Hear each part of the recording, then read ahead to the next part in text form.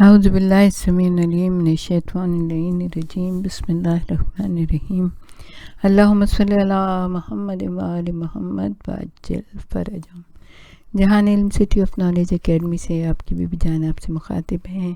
السلام علیکم ورحمۃ اللہ وبرکاتہ۔ ہم آپ کو بچوں کی تربیت کے بارے میں بتا رہے تھے، اس کے 40 نکات ائمہ اہل بیت کے اقوال کی روشنی میں۔ یہ جو ہے اس کے بعد ہم آپ کو بتائیں گے 28واں پوائنٹ کون سا ہے۔ 28واں پوائنٹ یہ ہے کہ بچوں کو 7 سال کی عمر میں نماز کا پابند کریں اور 9 سال کی عمر سے روزے کی پابندی کرائیں۔ 7 سال کی عمر میں نماز کا پابند کس طرح سے ہوگا کہ آپ بچپن ہی سے بچے کو جو ہے نا اپنے ساتھ نماز میں کھڑا کریں گے، اور اس کے بعد ان کو جو ہے نا آہستہ آہستہ ان کو عادت ہو جائے گی۔ وہ لڑکیاں تو بڑے مزے سے جو ہے وہ چادریں ماؤں کی گھسیٹ کے اپنے سر پہ ڈالتی ہیں اور نماز پڑھنا شروع کر دیتی ہیں اور رکوع و سجود کرتے ہیں، تو جیسے بھی کریں ان کو کرنے دیں، لیکن جب ذرا سے بڑے ہو جائیں پھر ان کو قاعدے میں نماز، سورہ حمد، سورہ قل هو اللہ پہلے سکھائیں، کلمہ بتائیں، تشہد بتائیں، کس طرح سے چھوٹی چھوٹی چیزوں سے ابتدا کریں اور اس کے بعد پھر بڑی بڑی چیزوں پہ آئیں۔ تو اور 9 سال کی عمر سے روزے کی پابندی، کبھی جیسے 9 سال کی عمر میں لڑکیوں پہ تو واجب ہو جاتا ہے، تو لازمی بات ہے ان کو تو رکھوانا ہی پڑے گا، لیکن لڑکوں کا بھی یہ ہے کہ آہستہ آہستہ تھوڑے تھوڑے روزے کر کے وہ رکھے رہیں، تاکہ 14 سال کے ہوتے ہوتے ان کو بالکل پکی روزے کی عادت پڑ جائے اور وہ سمجھیں کہ روزہ ہمیں قضا نہیں کرنا ہے۔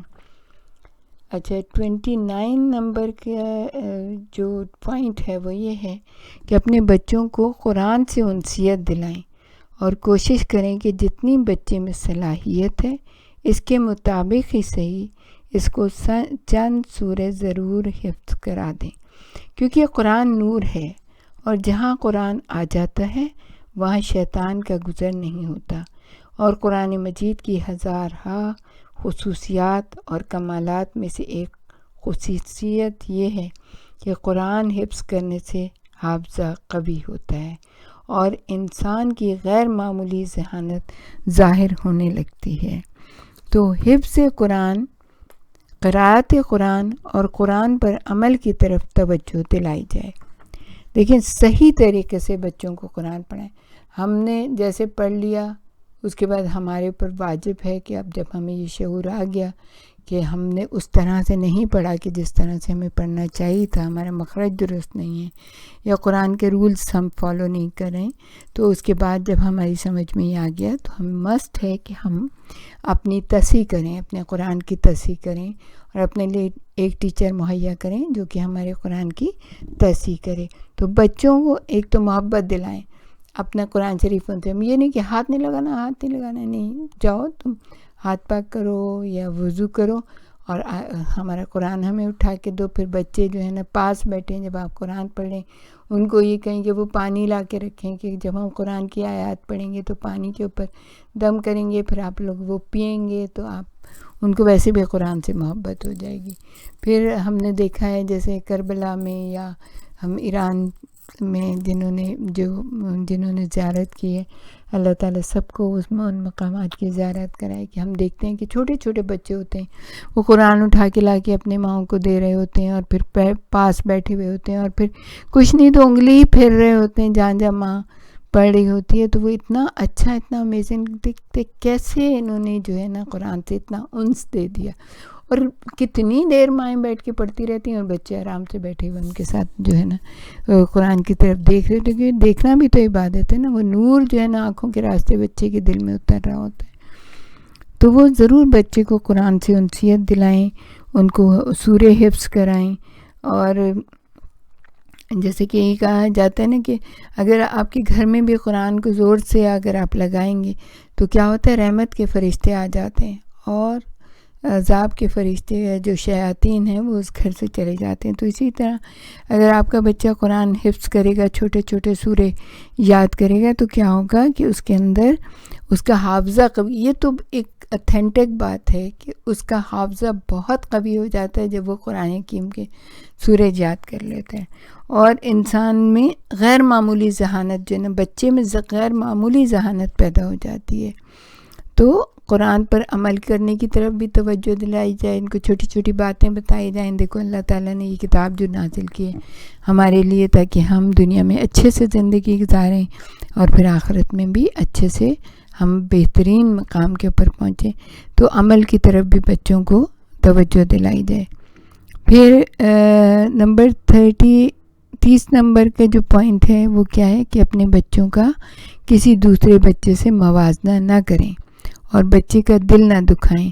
کہ جیسے اکثر والدین بچے سے کہتے ہیں دیکھو فلاں کو دیکھو کتنی مؤدب ہے اور ایک تم ہو کے کیا حال بنایا ہوئے. مطلب والدین کہتے ہیں بچوں سے، یا ایک بچے نے زیادہ نمبر لے لیے اور دوسرے نے کم لیے تو اس کو بہت پھٹکار، بہت برا بھلا اس کو کہا جا رہا ہے کہ دیکھو اس نے تو اتنے نمبر لے لیے اور تم نے ایسے، تم تو محنتی نہیں ہو، تم تو ایسے کام چور ہو، یا اس طرح کی باتیں نہیں کرنی چاہیے. خود آگے بڑھ کے اس کو پھر اگلی دفعہ زیادہ اچھے سے نمبر دلانے کی کوشش کیے، اس کے لیے اس کو ٹیچ کریں بچے کو سمپل طریقے سے. بچہ سمجھ جاتا ہے لیکن بعض دفعہ ایسا ہوتا ہے بعض بچے لاؤبالی ہوتے ہیں، نہیں سمجھتے ہیں. تو ان کے بھی طریقے ہیں، ان کے ٹیکٹکس ہیں کہ وہ کس طرح سے بچوں کو قابو کیا جاتا ہے اور کس طرح سے ان کو راہ راست پہ لایا جاتا ہے اور کس طرح ان کو یعنی کہ علم کی طرف متوجہ کیا جاتا ہے. پھر کیا ہے کہ 31 نمبر کا کیا ہے، 5 سال سے کم تر بچوں کو نہ کہیں کہ تم جھوٹ بول رہے ہو. جیسے کہ ہم نے پہلے بتایا، کیونکہ اس عمر میں بچے کو جھوٹ کا پتہ نہیں ہوتا، بلکہ وہ یہ خیال کر رہا ہوتا ہے کہ ایسا ہو گیا ہے اور اپنی طرف سے وہ بول رہا ہوتا ہے. اسے آہستہ آہستہ سمجھائیں کہ یہ بات اچھی نہیں ہے. جو چیز سچ ہے، جو دیکھو بس وہ بیان کرو. اگر تم نے نہیں دیکھا، کہیں سے ایسے سن لیا ہے تو اسے بیان نہیں کرو. تو اس کو سچ کی اہمیت جو ہے نا ضرور بتائیں. پھر 32 نمبر کیا کہہ رہے ہیں، اکثر بچے موت کے لفظ سے ڈرتے ہیں، لہٰذا اس حقیقت کو آسان انداز سے بچے کو بیان کیا جائے.